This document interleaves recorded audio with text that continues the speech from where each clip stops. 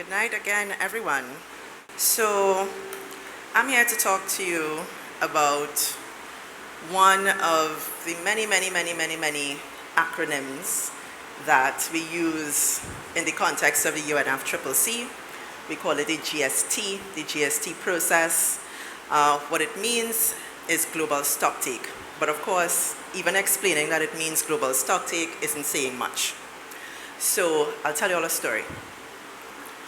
A long time ago, in a galaxy far away, okay, maybe not, it was definitely this galaxy, when we were discussing the building blocks of what would eventually become the Paris Agreement, we couldn't agree as the global community on the extent to which this agreement would operate in a top-down as opposed to a bottom-up manner. Eventually, as it happens in this process where we do not vote, everybody had to get their way, which means that we agreed that it would do both. It would operate both in a top-down as well as a bottom-up manner. This is what I referred to as the hybrid approach earlier on. And in order to ensure that we are able to progressively advance in what we agreed to do under the Paris Agreement, we created the global stocktake. So the idea is that every 5 years, we will meet as the international community to take stock of what has happened thus far in the context of implementing the Paris Agreement. Throughout this process, we would technically assess the work that has been done. And coming out of this technical assessment, we'd have a political agreement on what we need to do to improve our track record on implementation. So it really is what we call informally the core of the ambition mechanism for the Paris Agreement. We understood right away that since we were in this hybrid format where the key commitments to be made by states in the context of their nationally determined contributions would in fact be, surprise, surprise, nationally determined. So the impact of that is that states get to decide exactly what they want to do to contribute to the top line goals of the Paris Agreement that include the objective to keep global warming to within 1.5 degrees Celsius.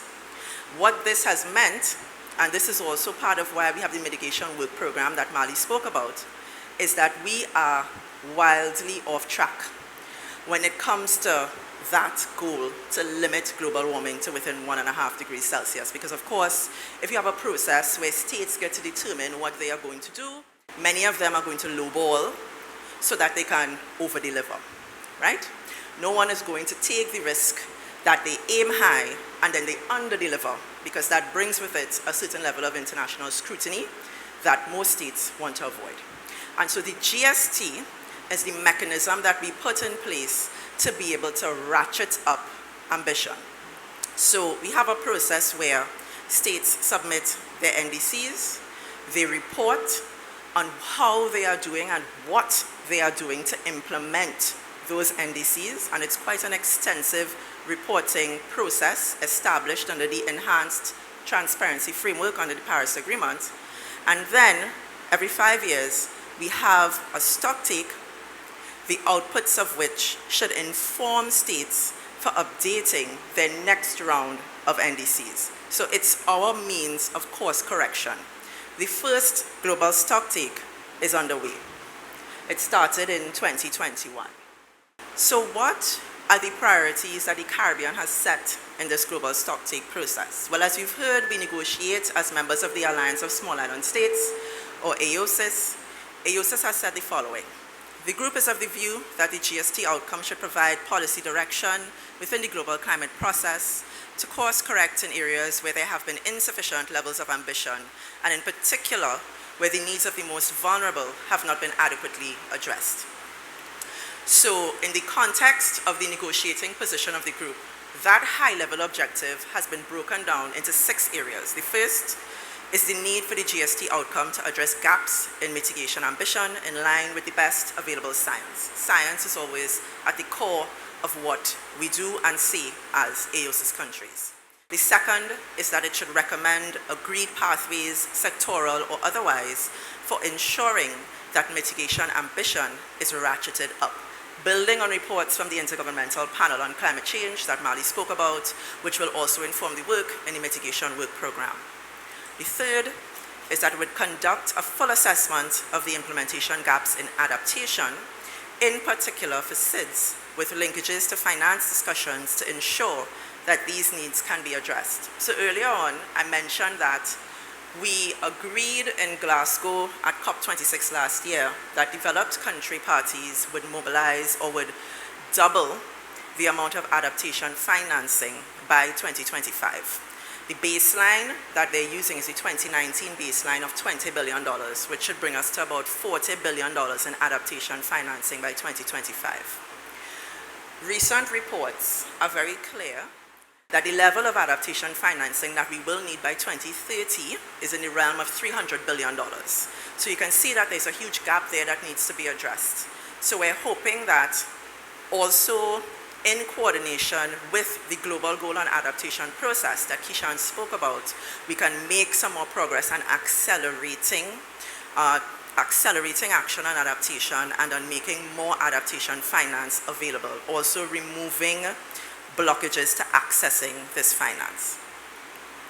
So the third area is that the GST should provide further impetus to balance the composition of climate finance between mitigation and adaptation with the provision of support for loss and damage. So as it stands, because there are so many other streams of support available for mitigation, it's possible to take loans for mitigation, it's possible to mobilize the private sector to do mitigation action. There's just a lot more financing in the pipeline available for mitigation. A lot of the finance that has been made available thus far by developed countries has been earmarked for mitigation action. And what developing countries, SIDS in particular, have been saying is that we need to see a balance. So not that mitigation finance needs to go up, but that adaptation finance needs to go up to match where mitigation is, and that both need to be exceeded. And we also need to see finance actually being made available for loss and damage, which we hope will happen now that we have the Loss and Damage Response Fund. But as Shay outlined and as you heard from Dawn, the journey now starts. The fourth area, the fifth area, is that we hope that the GST outcome would identify opportunities for further support for loss and damage, and that these outputs would serve as inputs to the 2024 review of the Warsaw International Mechanism, which Dawn would have spoke about, that was established in 2013. And finally, we need to ensure that the GST outputs can be translated into simple, practical tools for utilization at the local level, accompanied by capacity building for implementation. Because the fact of the matter is, a lot of what comes out of the UNFCCC process still remains very inaccessible for most developing countries.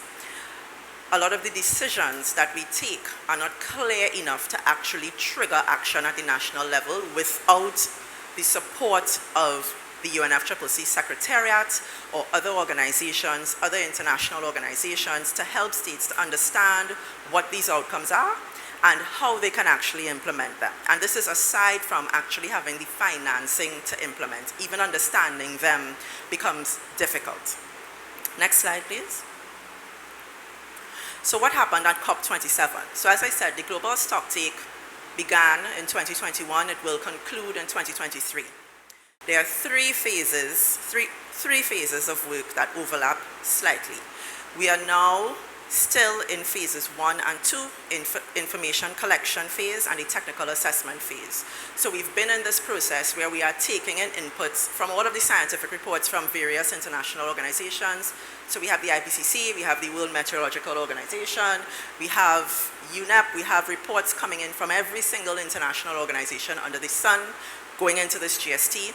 We also have inputs coming in from civil society actors globally going into the GST process. So all of this information comes in.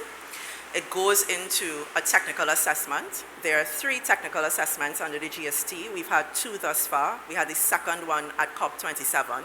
So in this technical assessment, we look at the information that has come through in the context of the themes of the GST. The GST themes are mitigation and response measures, adaptation, including loss and damage, and finance and international cooperation. So those 3 themes are used as a type of sieve to understand and to distill all of the inputs that are coming in. Out of these technical assessments, there are summary reports created, and we will have one final mother of all reports, a synthesis report, coming next year that will inform the decisions that have to be taken for the outputs. So the technical assessment phase consists of technical dialogues. At COP27, we agreed to allocate additional time for consideration of work under the GST next year. So because of everything that has been going on, we're in a difficult moment globally. We're coming out of, well, barely coming out of, limping out of the COVID-19 pandemic. We have a food crisis. We have a fossil fuel energy crisis underway. We have a war going on as if it's not 2022. Right? So we're in a difficult moment. We didn't have a COP in 2020. We started the GST in 2021, and it really started with a whimper more than a bang, considering how important the process actually is for making sure we can get back on track or get on track for limiting warming to within 1.5 degrees Celsius. So we arrived at COP27 and realized, well, actually, we don't have enough time next year to discuss these issues in order to be able to come to an outcome that would actually be meaningful. So you would not believe the difficulty of the discussion that we had just to get an agreement that we will have more time to discuss. Indeed. Next slide, please. And so what's next? A few things. First of all, we meet intersessionally in April to discuss planning for the political phase of the GST that will be underway next year. In June, we will meet in the regular sessional period for the final technical dialogue and to launch the political phase of the work. In September, in New York, the UN Secretary General will host a climate summit with heads of state and government from around the world, where they will be discussing the GST and the GST outputs. In October, parties will meet once again at the technical level to further the discussion of outputs, so that we hope by the time we get to December at COP28 in Dubai, we can finalize the GST outcome and have some meaningful outputs that will trigger the type of transformational action that we need to see happening both within this decade and beyond. Thank you very much.